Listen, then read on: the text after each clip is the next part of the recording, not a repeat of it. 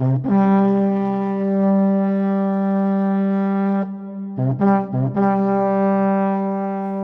y'all, Iric Sky here, and I wanted to do a review of the Sony a6300, also commonly referred to as the Sony Alpha 6300.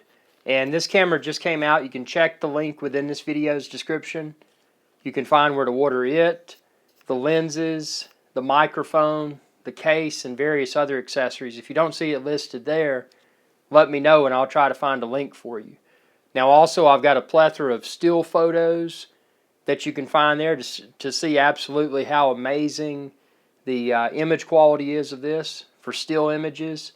Also got a ton of 4K video test. That's one of the things that makes this camera so great, is that you're getting 4K video in such a small form factor here. Plus you're getting the E-mount lenses. So you can, like right now, this video I'm filming on the A7R2, but I can use the same lenses on this that I do on it. Now obviously this is not a full frame camera, it's APS-C, but for example with this lens, 35mm, this behaves like a 70mm when it's on this, but when it's on my A7R2 in full frame, it behaves like a 35. But the thing that that's really impressed me with this camera, and at the time of posting this, I've had an entire day in the field with it. The size, the weight, it's very manageable. The ergonomics are nice. You can see right here, you can grip it one-handed if you're doing a portrait, or if you're doing a landscape, whatever you want to do. It's easy to hold. Obviously, it uses the same batteries that its big brother, the A7R2, uses, which is convenient for me because now I don't have to carry two different types of batteries. Because ultimately, this is my B camera, so I want to have, not just video from one angle, but I want to have it from multiple angles, and this enables me to do that.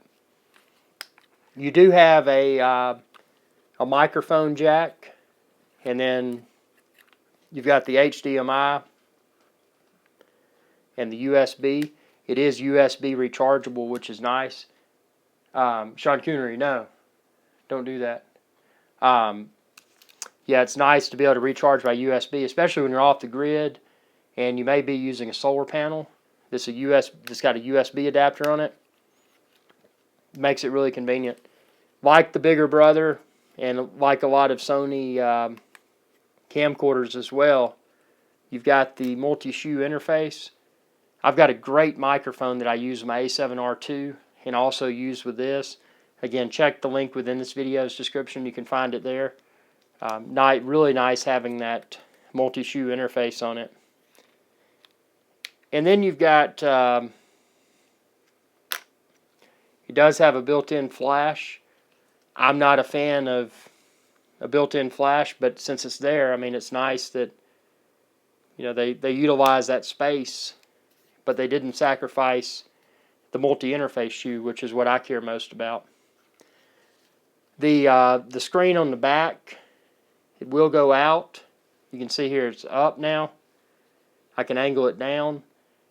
But like all Sony cameras, it won't go out to the side. Now there's a lot of Sony camcorders that'll do that, but this one won't, and the bigger brother, the A7R2 and the A7S2, those will not either. But the good thing is that this has they've got a really nice Wi-Fi app, and it's built into this. You use a program on your smartphone.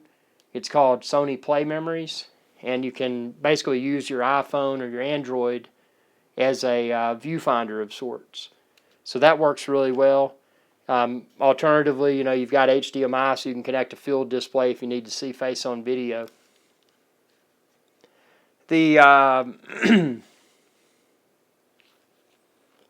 I'm just trying to think of any complaints that I've had. I mean, it's a great camera. I mean, if you've become spoiled by full frame, obviously you're not going to get full frame here, but if you've never experienced full frame, it's quite possible that you could pick up this camera and feel that you've got something very professional in your hands.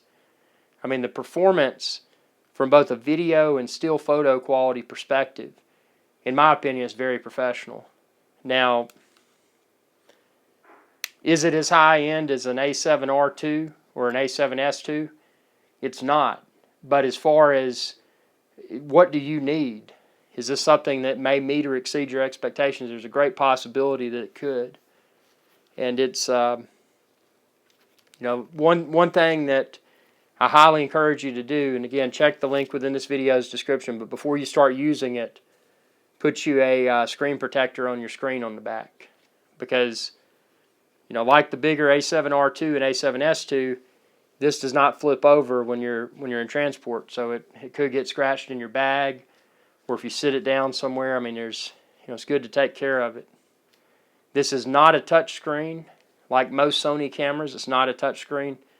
That's not a problem for me. I actually prefer it because when I'm shooting like this, my nose doesn't hit it and push something inadvertently. The build quality feels nice.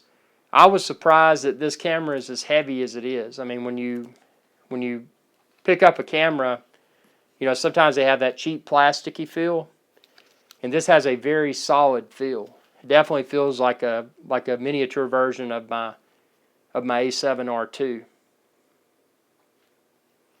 The viewfinder on it is exceptional.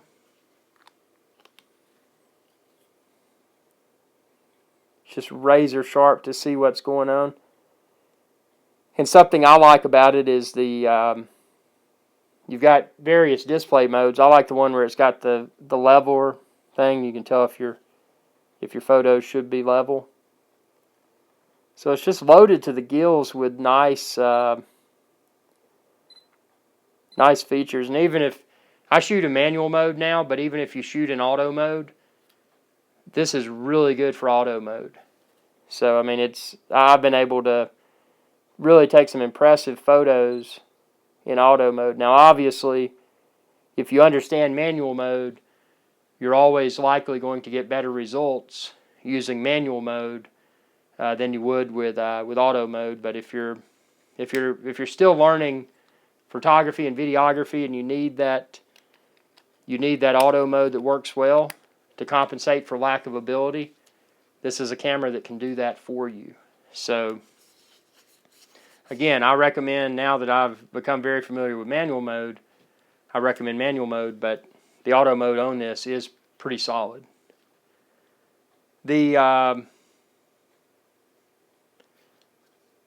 Yeah, it's just really nice. I'm going to have to play with the setup because I've got my aperture and my ISO, but I've got to maximize my configuration, so optimize my configuration rather, so that I can quickly change shutter speed. That's something I haven't done yet. Now see, on my A7R2 it was easy. I had a knob for each one of those three settings. But with this one, I'm going to have to go in and going to have to tweak that. But again, I've only had one day in the field with this, and my initial impressions are highly favorable. And again, check the link within this video's description. Look at the photos I've captured. Look at the videos that I've captured and see for yourself. I mean, I'm not trying to tell you that this is an awesome camera. It's not, or it's not. But I'm just telling you from my experience. And if you've watched my channel for a while, youtube.com/iRicksGuy, you know that I've completely made the conversion to Sony now. I went around the block with camera brands, and there were things I liked about some of them, things I didn't like. But when I started messing with Sony, it's just Sony's kind of sucked me in, and I mean that in a good way, because it's just a good interface, and I can, whether I'm using this or my more expensive A7R2 or a Sony camcorder for that matter, it just feels, if you know one of them, you know all of them. Now sure, they've got their minor differences, like I was mentioning. I've got to figure out on this where to go to set my shutter speed, how to set a button for that. And I know there's buttons here as a C1 and a C2. I'm assuming I can probably assign that to one of those buttons and have it set up. But yeah, I just wanted to do my initial impressions after an entire day in the field with the A6300. So again, check the link within this video's description. Look at my photos, look at my videos. Drop me a question if you have a question. I'll try my best to answer, and be sure to subscribe. youtube.com /IRIXGuy. Y'all have a good day. Hey y'all, IRIXGuy here. I wanted to take a moment to thank you for watching this video. If you enjoyed this video, please subscribe to my channel. I'm an independent channel, and it's viewers like you that help me to continue to grow. I appreciate your viewership, and y'all have a good day.